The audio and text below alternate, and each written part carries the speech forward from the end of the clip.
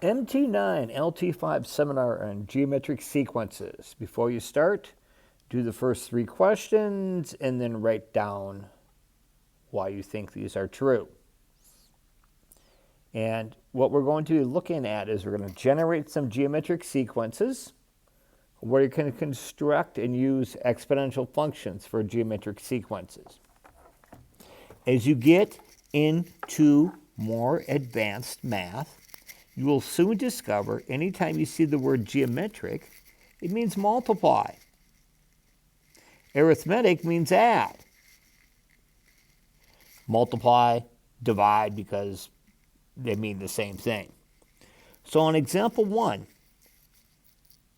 is this geometric? So what I'm going to do is I'm going to take my second term, I'm going to divide it by my first term. Seems kind of like it's exponential, isn't it? That's exactly what it is. The only difference is this time my domain are just going to be integers. So if I take 144 divided by negative 432, I get negative 1/3. And let's try negative 48 divided by 144. And I also get negative 1/3.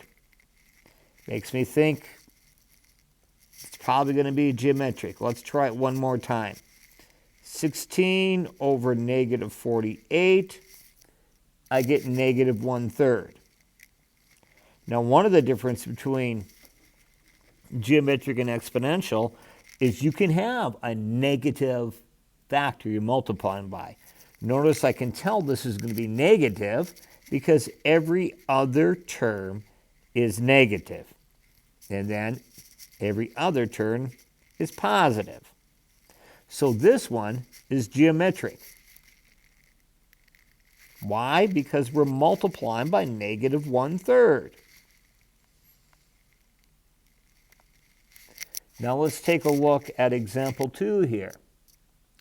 So I'm going to take 12 divided by 16, and I get 3/4. If I take 8 divided by 12, though, I get 2/3. Well, they're not the same, are they? So this is not geometric. You got to multiply by the same thing each time to be a geometric. Now, if we take a look at example 3, I'm told it's geometric. So I don't have to do any guessing, but I do want to find what I'm multiplying by. So now I'm going to take 16 over 64, and I'm going to get 1/4. So now I take 1 times 1/4. That'll be 1/4, won't it? And then if I take 1/4 times my ratio of 1/4, I'll get 1/16. And then finally, if we take our third one, 1/16, let's rewrite that. 1/16 times 1/4, it'll be 1/64. Those are my next 3 terms. Now, if I take a look at example 4, I'm doing the same thing, only it's a table. So I'm going to first find out what am I multiplying by. So I'll take 12 divided by 8. 12 divided by 8 is 1.5. Now, to find my next term after 27, I'm going to take 27 times 1.5. That'll give me my 5th term. So 27 times 1.5 is 40.5. Then I'll take 40.5 times 1.5, and I'll get 60.75. Then I'll take 60.75 times 1.5, and I'll get 91.125. And those are my 5th, my 6th, and my 7th term. I could do that forever, but it would be kind of long and kind of inconvenient and not very time efficient. So we have this formula that says this. It's a geometric sequence. It's kind of like it was with arithmetic sequence, but now we're going to do we're going to be multiplying. So it says any term in my sequence, I'm going to take my first term times r to the n minus 1. R is going to be my ratio. What do I multiply by? So like in example 3, r was 1/4. In example 4, r was 1.5. So I want to find the 11th term. Yes, I could just multiply this out until I get 11 terms. But you do that, you're going to run out of time on a test or a quiz, so we don't want to do that. So what we're going to do here is I'm going to use my formula.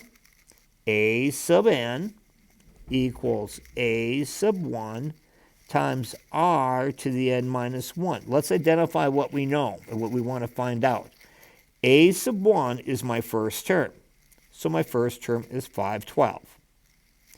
R, I'm going to divide any adjacent terms. I like to use smaller numbers, so I'm going to take 64 divided by 128. Now if I take 64 and I divide it by 128, notice that gives me 1/2. My 8 doesn't look very nice there, so let's write it as 128. And then n is 11. That's my 11th term. So to find my answer here, I'm going to substitute them in. So my 11th term, a sub 11, equals my first term, which is 512, times 1/2. And I'm going to raise that to 11 minus 1 power. Minus 1 because I can't do the first term.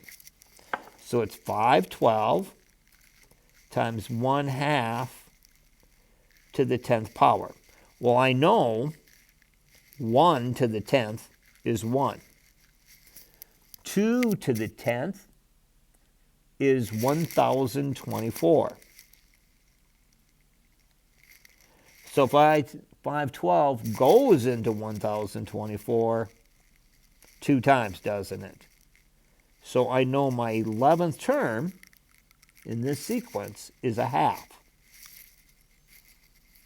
Since I gave you the first 4, you might have just multiplied it out until you got to the 11th term, but I think it's a little bit more efficient. Now, if I say the 21st term, then we get more to a type of problem and have to use what we call the explicit formula for.